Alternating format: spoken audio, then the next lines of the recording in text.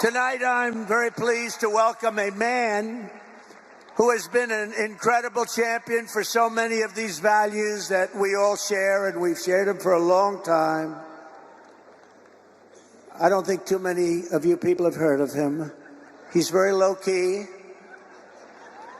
He's a very low-key person, but he's highly respected.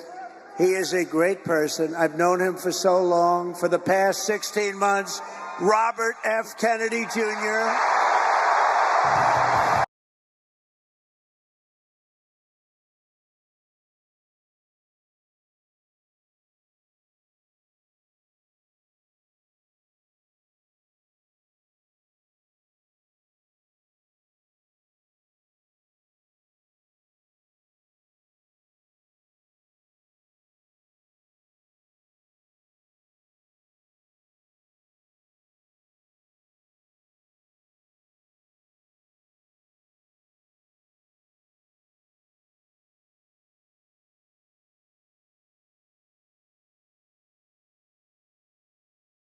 Man, whoa.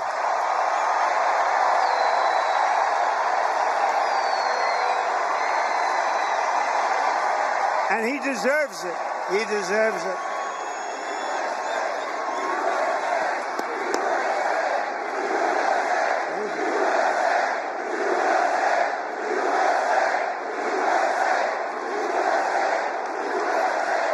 For the past 16 months, Bobby has run an extraordinary campaign for President of the United States. I know, because he also went after me a couple of times. I didn't like it. And I mean this sincerely. Had he been allowed to enter the Democrat primary, he would have easily beaten Joe Biden, but they wouldn't let him in. They put up rules. I've never seen rules like he had to have 65% of the vote in order to run, little things like that. His candidacy has inspired millions and millions of Americans, raised critical issues that have been too long ignored in this country, and brought together people from across the political spectrum in a positive campaign grounded in the American values of his father, Robert Kennedy, a great man, and his uncle, President John F. Kennedy. And I know that they are looking down right now, and they are very, very proud of Bobby. I'm proud of Bobby, you want to know the truth.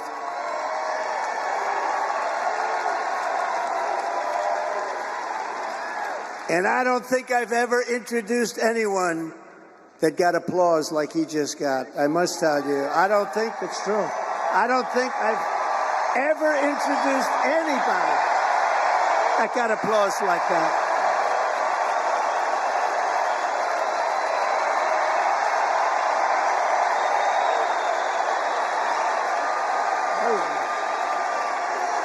Amazing. It's true.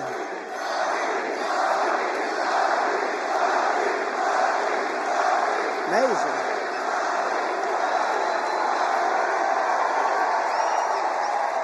Soon after I can't even believe I have to say this, nearly assassinated in Pennsylvania last month, Bobby called me to express his best wishes. He knows firsthand the risks incurred by leaders who stand up to the corrupt political establishment. When you stand up, you bring on some trouble for yourself, but you have to do what's right. You have to do what's right for the country. I will tell you, we are both in this to do what's right for the country. That's one thing I can tell you. He lost his father and uncle in service to our country, and Bobby himself was subject to repeated threats to his safety during the course of his campaign while being denied protection by the Harris-Biden administration. And this is a tribute in honor of Bobby. I am announcing tonight that upon my election, I will establish a new independent presidential commission on assassination attempts.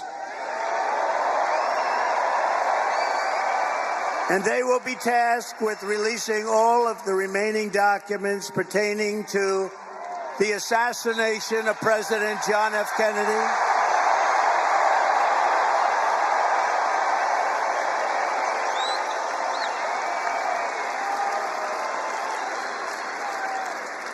and they will also conduct a rigorous review of the attack last month. But I tell you, I have never had more people ask me, please, sir, release the documents on the Kennedy assassination. And we're going to do that. And I also want to salute Bobby's decades of work as an advocate for the health of our families and our children. Nobody's done more. Millions and millions of Americans who want clean air, clean water, and a healthy nation have concerns about toxins in our environment and pesticides in our food. That's why today I'm repeating my pledge to establish a panel of top experts working with Bobby to investigate what is causing the decades-long increase in chronic health problems and childhood diseases, including autoimmune disorders, autism, obesity, infertility, and many more. We want every child in America to grow up and to live a long and healthy life. So I just want to ask Bobby to speak for a little while. I'll stand aside. I'm going to stand aside. But I can only tell you, I've known him a long time. We've been a little bit on the opposite side of the equation, but I will say this, he is a brilliant, I still think of him as young. He's not that young. I always call him young, but he's not that young. But he is a phenomenal person, a phenomenal man who loves the people of this country as much as anybody can love the people of this country. So, Bobby, please say a few words. Thank you very much.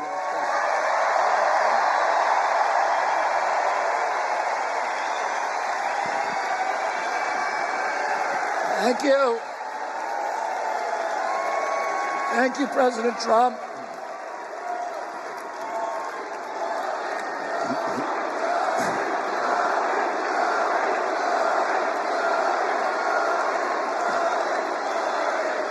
Thank you. Now, a few hours after the assassination attempt at Butler, I got a call from a safe food advocate named Kelly Means, who's been fighting for many years to try to end the corruption at CDC and FDA and USDA. And these institutions, these regulatory agencies, are actually run by the big food processing companies, the big ag and the chemical companies that they're supposed to regulate. And he said to me that he'd been advising me for many years and on my campaign. And he told me that night that he was also advising President Trump. And he asked if I would talk to President Trump. And I said, of course. And about a few minutes later, I got a call from the president. And we talked. We had a very good talk. And then he invited me to come see him the next day. And I went to Minneapolis and saw him. We met again a couple of weeks later in Florida.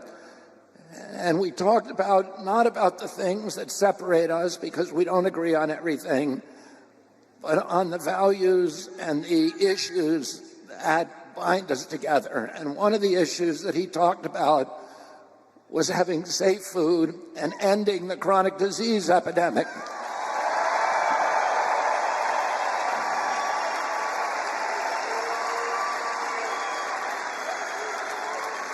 Our children are now the unhealthiest, sickest children in the world. Don't you want healthy children? And don't you want the chemicals out of our food? And don't you want the regulatory agencies to be free from corporate corruption? And that's what President Trump told me that he wanted. He also told me and he wanted to end the grip of the neocons on U.S. foreign policy.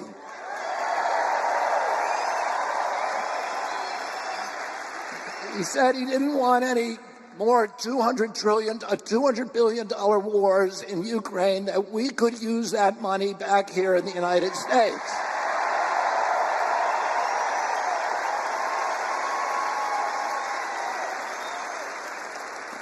And the best way to build a safe America is to rebuild our industrial base and rebuild the middle class in this country. And don't you want a president who's going to get us out of the wars and who's going to rebuild the middle class in this country?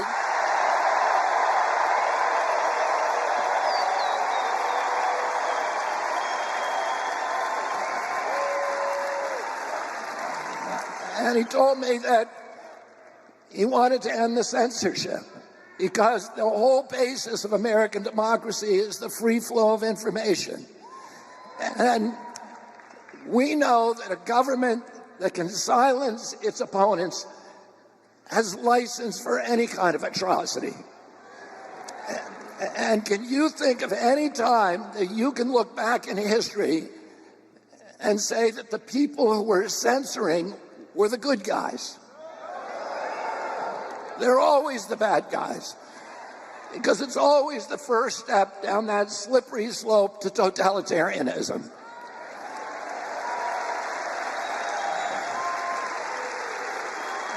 And don't you want a president who's going to protect America's freedoms?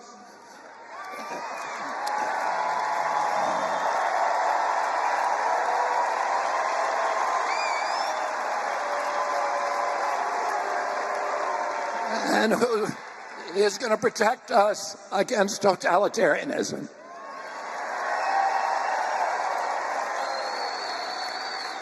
And I want to ask you again, don't you want a safe environment for your children? Don't you want to know that the food that you're feeding them is not filled with chemicals that are going to give them cancer and chronic disease? And don't you want a president that's going to make America healthy again?